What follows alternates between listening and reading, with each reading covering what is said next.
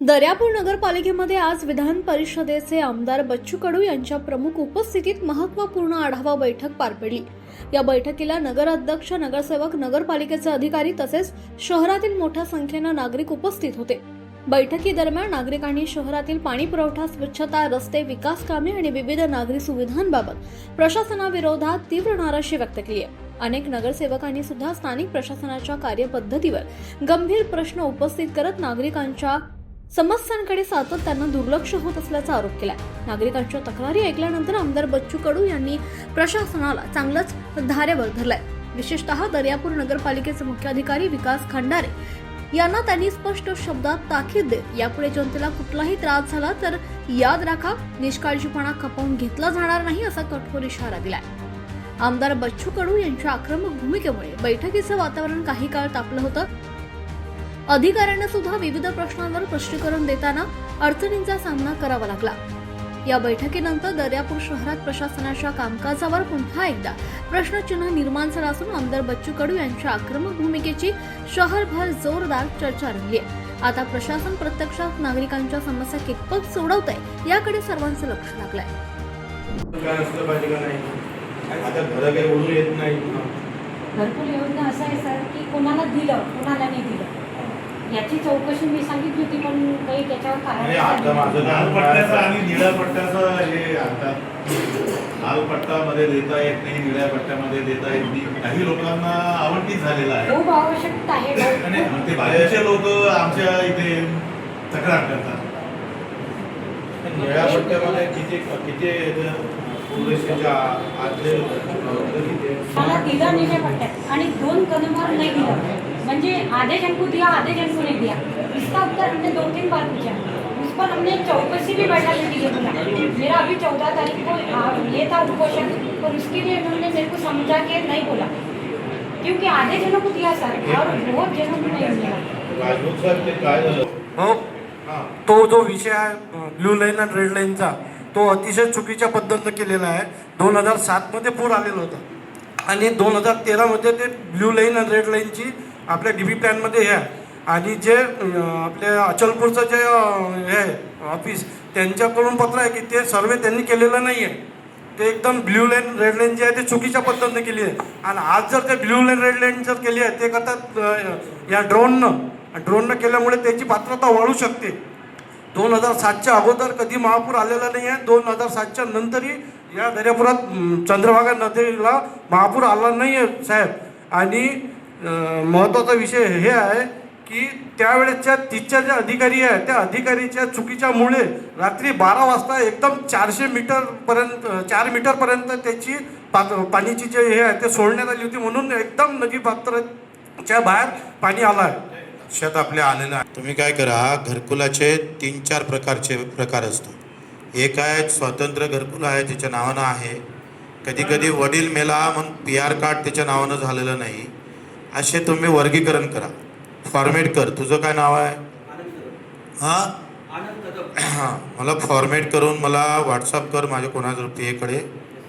फॉर्मेटमध्ये काय कर का घरकुलामध्ये लिव रेषेखाली किती आहे, पूर्णनियंत्रण रेषेखाली जिथं घरकुल करता येत नाही अशी किती घरकुलं आहे।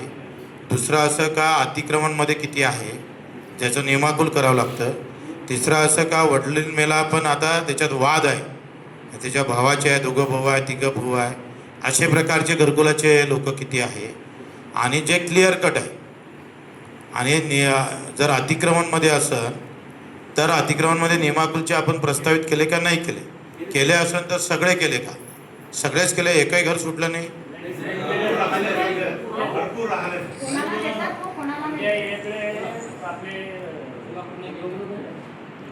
आणि मला असं वाटतं 15 दिवसात सगळी सर्वे करा, सर्वे करून सगळे अतिक्रमणवाले नियमाकुलचा प्रस्ताव तयार करा। त्याला माझं काय म्हणणं आहे, कोणाचं असलं त्याची NOC घेऊ ना आपण। तुम्ही तुमच्याकडे त्याचंही वर्गीकरण करा, E-क्लास आहे, फॉरेस्ट आहे किंवा नगरपालिका हे आहे, असा प्रस्ताव तयार करून 15 दिवसात त्याचा ठराव करून तहसीलदाराकडे ते पाठवायचे आहे। बरोबर आहे तहसीलदार? SDO कडे ते पाठवा आणि मग ते मंजुरात देईन. तुम्हाला अधिकार दिला ना कलेक्टरना, आता SDO कडेच ते आहे. अरे तू एकाने पाठवतो, केले आहे म्हणजे काय? माझं काय मत आहे का एकही घरकुल अतिक्रमणवाला राहायला कामा नाही. सर 308 पट्टे वाटप झालेले आपल्या इथे हां, आणि सध्या अजून 300 जणांचं काम चालू आहे. एकूण अतिक्रमण मध्ये किती जण आहे? जवळपास 2000 आहेत. पण सर त्यांचे पुरावे नाही आहेत. आणि पुरावे काय पाहिजे तुला? एक मिनिट, पुरावे काय पाहिजे? 2011च्या अगोदरचा पुरावा पाहिजे. काय पाहिजे? टॅक्स पावती किंवा इलेक्शन यादीत नाव किंवा टीसी पाहिजे. शाळेची टीसी जर असेल इथली नगरपालिकेची, सर ते GR मध्ये कोण म्हणते GR मध्ये नाही आहे? पुरावा काय पाहिजे लक्षात घ्या.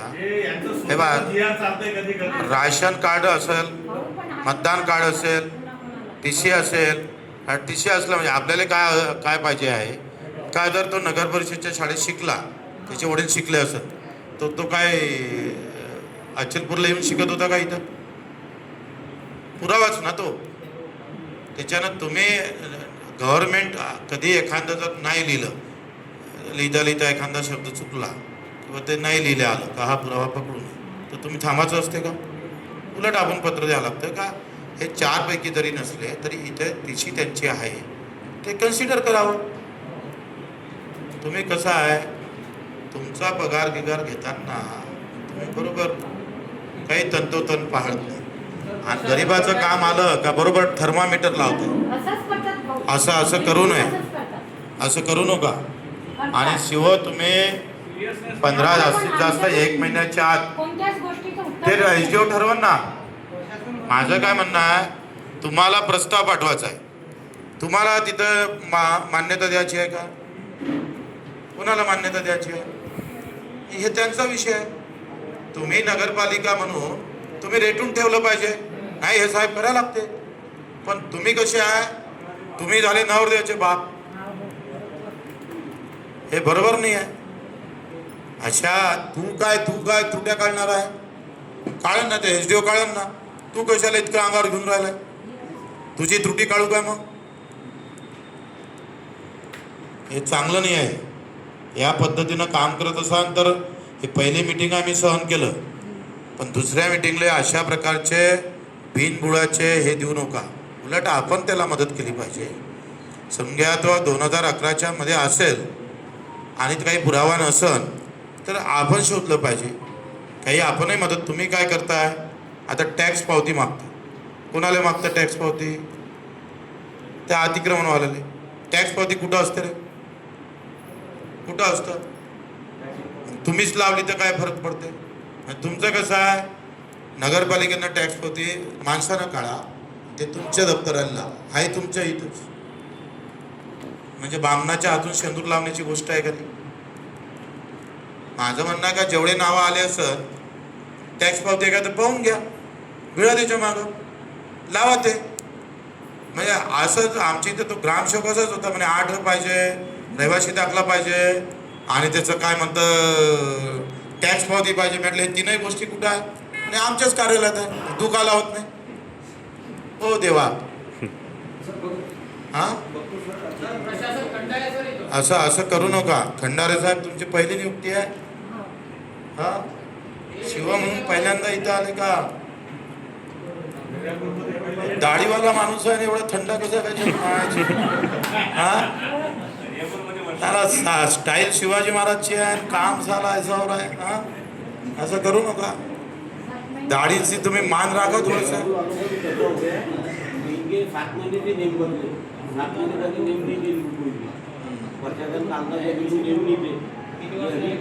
आपण आता माझं काय मत आहे, मागचं उठून काढल्यापेक्षा आता मला 1 महिना देतो, 2000 असेल 3000, तुम्ही आयडेंटिफाय केलं पाहिजे का माझ्या शहरामध्ये किती अतिक्रमणधारक आहे.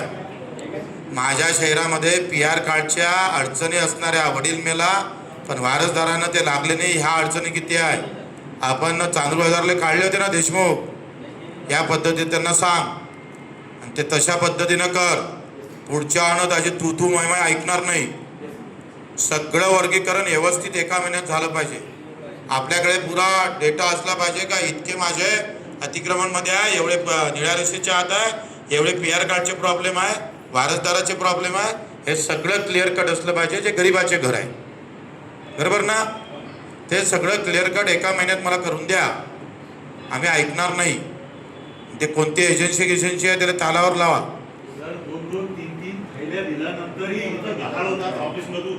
येतं का लाभार्थी येतात आणि परत जातात. आणखी कागदपत्र तयार शिवाय होतात. त्याला शोकास द्या त्याला. 3-3 वेळा आपल्या फाईल गहाळ होतात मी ऑफिसमध्ये. जॉईन होण्याची अगोदरची गोष्ट आहे सर. मी CBTC आहे. मी जॉईन होण्याची अगोदरची गोष्ट आहे. मी जॉईन झाल्यापासून एक पण फाईल नाही आहे व्यवस्थित ते रेकॉर्ड. आता विश्वास घेणं सगळ्यांना हो म्हटलं पाहिजे ना, तुझ्याबद्दल चांगलं म्हटलं पाहिजे ना, नाही का? मी आल्यापासून एक पण फाईल इकडे नाही. हो.